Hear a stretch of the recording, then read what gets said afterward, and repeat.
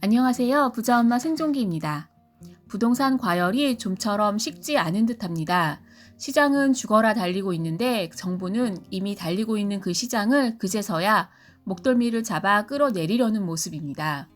그런데 시장이 조금 더 빠른 것 같습니다. 규제란 명목으로 뒤늦게 급하게 쫓아가 보지만 이미 선두에 있었던 시장은 비웃기라도 하듯 잡히기는커녕 조금씩 앞으로 나아가며 버티고 있는 모습입니다.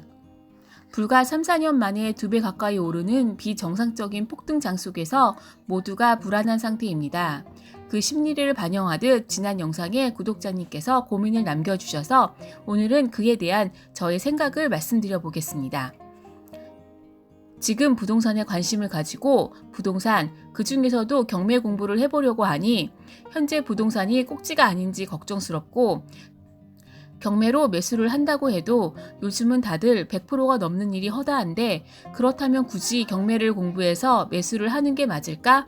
알면 알수록 더 미궁 속에 빠진다라는 걱정 가득한 댓글을 주셨습니다. 그리고 경매 공부를 하려고 했더니 지금은 때가 아닌 것 같아 포기해야 하나? 라는 댓글도 주셨습니다. 누구나 한 번쯤은 아마 이런 고민은 해본 적이 있으실 것 같아 그에 대한 제 생각과 제가 취하는 대처 방법을 한번 말씀드려 보겠습니다. 현재 부동산이 꼭지일까요? 아닐까요? 여러분은 혹시 어떻게 생각하시나요?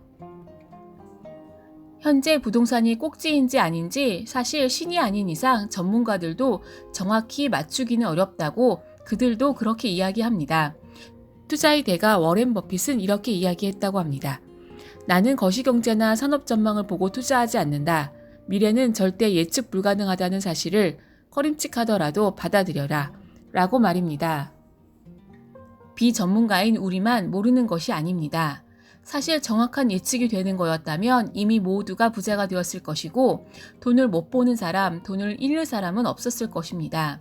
예측 자체가 불가하다는 말씀입니다. 예측이 가능한 것이었다면 정부가 지금까지 19번째나 부동산 대책을 내놓지는 않았을 것입니다. 저는 일단 그 예측이 사실상 불가능하다라는 사실을 인지하는 것이 먼저라고 생각합니다. 맞출 수 없는 것을 가지고 정확한 때를 맞추려고 하니 거기서부터 조금씩 꼬이기 시작합니다. 부동산 전문가들은 어느 정도 데이터를 근거로 하고 오래된 경험치로 예측은 할 수 있겠습니다만 그들도 역시 100% 정확한 예측을 할 수 없다는 것입니다. 그럼 정확한 예측을 할 수 없는 것이라면 우리는 어떻게 대처하면 될까요? 저는 곰곰이 생각해 보았습니다. 이해를 돕기 위해 제가 과거에 부동산을 취득해 나가는 과정을 한번 예로 들어 설명드려 보겠습니다. 어떤 생각, 어떤 근거로 취득했는지에 대해 초점을 두시면서 들어보시면 더 좋을 것 같습니다. 저는 2008년부터 2020년 지금까지 부동산에 관심을 가지고 계속 지켜보았습니다. 벌써 12년이 되었네요. 그동안 크게 총 3번의 중요한 매수 시점을 맞게 됩니다. 첫 번째는 2008년 달리는 열차에 타야 할 것 같은 다급한 마음에 첫 집을 마련하게 되었습니다. 요즘 상황과 사뭇 비슷했었던 것 같습니다. 그땐 단지 내 집 하나 마련하고 싶은 일반 실수요자 입장에서 조급한 마음에 매수를 했는데 나중에 알고 보니 그것이 꼭지였습니다. 내 돈이 들어가 있으니 자연스럽게 관심을 가지고 계속 지켜보게 되었습니다. 심심한 주말 어느 날 관심이 있었던 지역에 미분양이 있다는 소식을 듣고 구경 삼아서 아파트 모델하우스에 갔습니다. 그때가 2013년도 말이었습니다. 정말 단순히 구경만 하러 간 것이었는데 어찌나 모델하우스를 멋지게 해놓았던지 안 보면 모를까 보고는 반하지 않을 수가 없었습니다. 부동산도 견물생심인가 봅니다. 첫 집을 정리해야만 살 수 있었기에 첫 집을 최고점에 사서 최저점에 파는 손해를 감수하고서 두 번째 집으로 갈아타게 됩니다. 여러분도 아시겠지만 2013년도 말은 집을 사는 분위기는 전혀 아니었습니다. 모두가 집값이 떨어진다고 생각하고 있었고 좋은 지역에도 미분양이 나오던 때였습니다. 그것이 저의 두 번째 매수였습니다. 현재 그 집의 가격은 분양 가격이 전세가가 되어버렸습니다. 여기서 한번 짚고 넘어가야 할 것이 있습니다. 손해를 보고 관심을 끊고 그 시장에서 이탈을 한 것이 아니라 더 좋은 지역으로 투자처를 옮겼다는 것입니다. 아무도 사려 하지 않을 그때 말입니다. 그런데 소위 말하는 투자는 남들과 반대로 행동해야 한다라는 부동산 투자 이론에 근거해서 행동한 것은 전혀 아닙니다. 계속 관심이 있었고 그러다 보니 좋은 것이 보였고 필요에 의해서 더 좋은 곳으로 옮겼던 것입니다. 그리고 세 번째, 3년 뒤인 2017년도입니다. 아이의 초등 6년, 중학교 3년, 거의 10년을 한 곳에서 거주해야 하기에 전세로 거주하고 있었던 분당의 아파트를 매수해야 할지 말아야 할지 고민이 되었습니다. 갑자기 가격이 막 오르던 추세여서 전문가의 조언을 구하기도 했습니다. 어떤 전문가는 사도 된다라고 했고 어떤 전문가, 지금은 유명한 부동산 유튜버가 되시기도 했는데요. 꼭지다라고 하셨습니다. 그런데 저희 입장에서는 약 10년을 전세로 떠돌아다닐 수가 없었기에 그냥 매수를 결정하게 되었습니다. 매수하고 얼마 있지 않아 시장은 급등하기 시작했습니다. 지금 말씀드린 저희 부동산 매수 과정은 아마 여러분과 비슷할 수도 있고 여러분 주위 사람들의 이야기일 수도 있을 겁니다. 여러분 주위에 부동산 투자에 성공한 사람들은 아마 있으실 겁니다.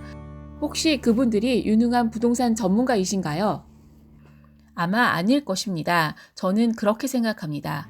전문가이든 일반인이든 부동산 투자에 성공한 대부분의 사람들은 그들이 뛰어난 감각이 있고 엄청난 지식이 있어서가 아니라 단지 우리보다 조금 더 일찍 부동산에 관심을 두고 매도를 통해 경험을 축적했기 때문이란 생각을 했습니다. 매수 과정에서 힌트를 좀 발견하셨나요? 2008년 호황기 최고점에 매수를 했고 2013년도 말 불황기 최저점에 매수를 했습니다. 그리고 2017년도 상승 직전에 매수를 했습니다. 최고점에 사서 손해를 보기도 했고 최저점에 사서 이익을 보기도 했습니다. 저는 2008년이 첫 시작이었는데요. 2008년 이전에 관심을 가지고 발을 담그고 계셨던 분들은 아마 더 큰 이익을 취하셨을 겁니다. 그렇다면 2030년쯤은 어떨까요? 2020년 지금 관심을 가지고 있었던 사람들이 더 큰 이익을 취할 거라 생각합니다. 예전 짜장면 가격이 500원이었듯 부동산이라고 별반 다르지 않을 것이라 생각합니다. 인건비, 자재비 등 물가는 계속 오르고 화폐 가치는 떨어지기 때문입니다. 부동산 시장은 오르고 내리는 사이클이 존재합니다. 그 사이클에서 그 파도를 타고 있어야 기회를 맞게 되고 잡을 수 있게 됩니다. 거센 파도가 칠 때 들어가려고 하면 휩쓸려서 위험에 처할 수 있게 됩니다. 그 파도를 타고 즐기면서 그 속에 미리 있어야 합니다. 부동산 공부, 경매 공부를 하려고 보니 지금이 꼭지인 것 같아 지금은 때가 아닌 것 같다가 아니라 관심이 생긴 지금이 최적의 공부하고 준비할 수 있는 타임인 것입니다.